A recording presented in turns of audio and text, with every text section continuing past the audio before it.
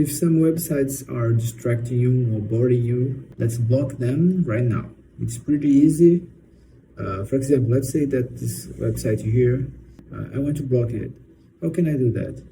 You go to a Google Chrome and click on these three dots in the top right corner, and you go to extensions. My Google Chrome is in Portuguese, don't worry about it. You go to extensions and click on Visit Chrome Web Store.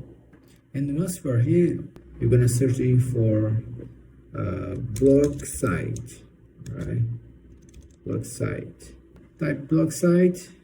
It will show to you a lot of extensions. Hit enter, and you're looking for this extension here. Okay, blog site. It's one of the best. Click on add extension. Once the extension is already installed, you're gonna visit the website you want to block again. For example, it's just an example, right? Search for the website you want to block, and you're gonna right click the page here, and here check it. As you can see, we have the option block this domain. Okay, and quickly, just simple click here. And now this website is already blocked, okay? So it's pretty simple. If I really helped you, please leave a comment below, and please check these other videos in the end screens, which are very important. And I see you in the next video.